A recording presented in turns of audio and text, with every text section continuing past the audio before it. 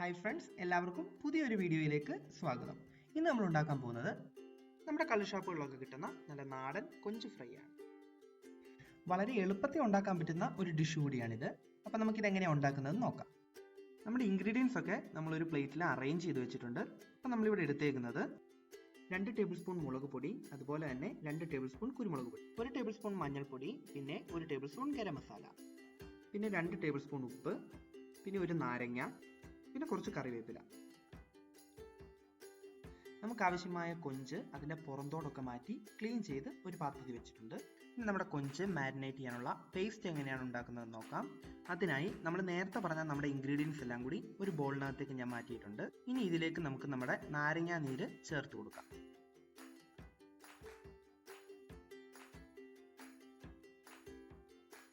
ഇനി ഇത് മിക്സ് ചെയ്ത് ഒരു പേസ്റ്റ് രൂപത്തിലാക്കാം. അപ്പം നല്ലോണം ഒരു പേസ്റ്റ് രൂപത്തിലായിട്ടുണ്ട്. ഇനി ഇതിലേക്ക് നമ്മുടെ കൊഞ്ച് ഇട്ട് കൊടുക്കാം. ഞാൻ ഇന്നിവിടെ വളരെ കുറച്ച് കൊഞ്ച് എടുത്തിട്ടുള്ളൂ. അപ്പം നിങ്ങൾ ഉണ്ടാക്കുമ്പോൾ നിങ്ങളുടെ ആവശ്യത്തിനനുസരിച്ചുള്ള എമൗണ്ട് എടുത്തോളൂ. ഇനി ഈ പേസ്റ്റ് നമ്മുടെ കൊഞ്ചിലേക്ക് നല്ല രീതിയിൽ നമുക്ക് തേച്ച് പിടിപ്പിച്ചു കൊടുക്കാം.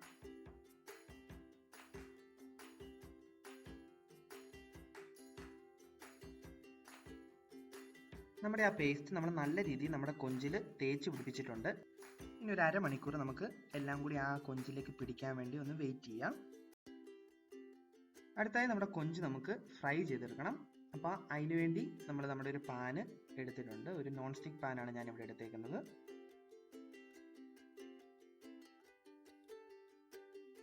ഇനി നമുക്ക് ഫ്രൈ ചെയ്യാനുള്ള എണ്ണ ഒഴിച്ചു കൊടുക്കാം. ഞാനിവിടെ വെറും 2 ടേബിൾ സ്പൂൺ എണ്ണയാണ് എടുക്കുന്നത്. കാരണം ഒരു നോൺ സ്റ്റിക്ക് പാത്രം ആയതുകൊണ്ട് തന്നെ നമുക്കിപ്പോൾ അധികം എണ്ണയുടെ ആവശ്യമില്ല.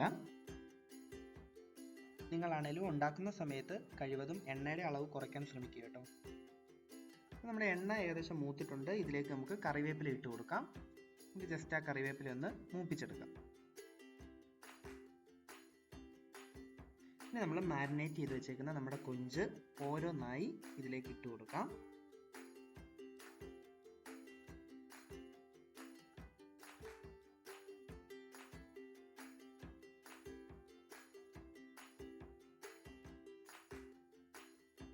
നമ്മൾ അധികം എണ്ണയൊന്നും യൂസ് ചെയ്യാത്തതുകൊണ്ട് നമുക്ക് ആ കൊഞ്ച് ജസ്റ്റ് ഒന്ന് മറിച്ചിട്ട് കൊടുക്കാം. നമ്മുടെ കൊഞ്ച് ഫ്രൈ നല്ല രീതിയിൽ തന്നെ മൂത്ത് നല്ല റെഡി ആയിട്ടുണ്ട്.